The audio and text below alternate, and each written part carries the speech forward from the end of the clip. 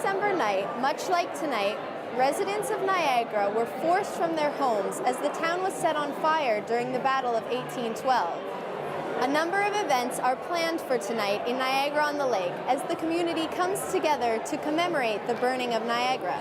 Personal support for the many 1812 events that have occurred in the Niagara region over the past few years. Well, Tony, tonight's the big night. Can you tell me exactly what's going on? Yes, Rebecca, we're here to commemorate the destruction and burning of Niagara, which is now known as Niagara on the Lake, 200 years ago. And what's planned for tonight? Well, there's a lot planned for tonight. This is a commemoration of something that changed this entire area and set Canada on a foot towards independence. We're trying to celebrate it primarily, or commemorate it primarily, by putting together a video called Niagara On FIRE.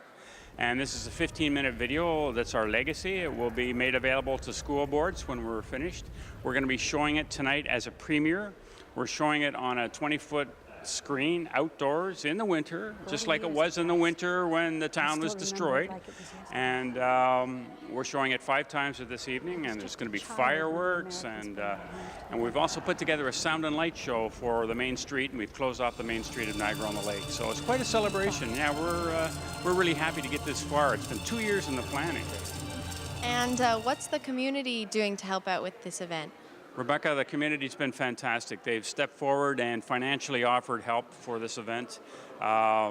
Their funds go to the production of the movie. They're going to the event tonight, the fireworks, the showing of the movie outdoors, and the sound and light show. And all of these people who have contributed are invited here tonight for a big party. So it's party time.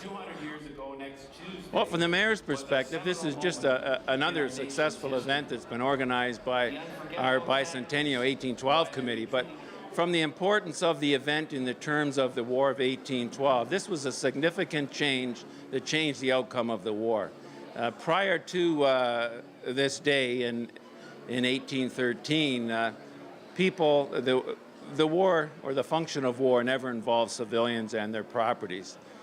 With the driving out of the Americans after occupying from May to December the 10th, upon leaving, the Americans torched the entire town, and that just changed the war and its outcome, I believe.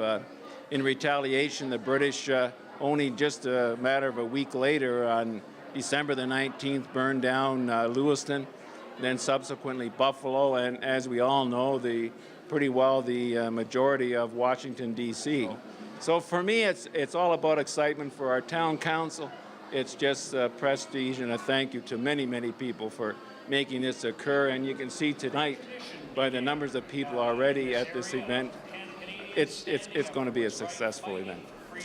Well, this is a great part of the story of Canada. I mean, the Americans made a terrible mistake by burning property in the town down here. I mean, they certainly paid for it. The British burned down part of Washington to kind of send a message to them that this was a very bad idea. But that being said, it's 200 years now that Canada's military and Canadians have come together to fight for their own freedom and the freedom of other people throughout the world. So, again, this is part of the great Canadian story, and it goes certainly right back to the War of 1812. We're commemorating an event that was very sad. It was very hard on this area. It changed the war considerably. It was a gentleman's war up to that point, and then all of a sudden the Americans burnt this town for no apparent reason. And the thought is today that, in fact, the White House burning in Washington, D.C. in 1814 was in retaliation for this destruction. So that's why it's called the White House, because it was burnt, or that's what the legend says. So it traces directly back to this event that happened here. But this town grew from that. You know, it recovered and became a beautiful town and was built in the Regency period. And that's one of the things we want to project, and we're going to project with the movie. He said he could see by the glare at night that the town was on fire. Becca, welcome. Oh, hi. Good to see you. Yeah, I'm excited to be here. Congratulations to all the committee members and volunteers for making tonight possible.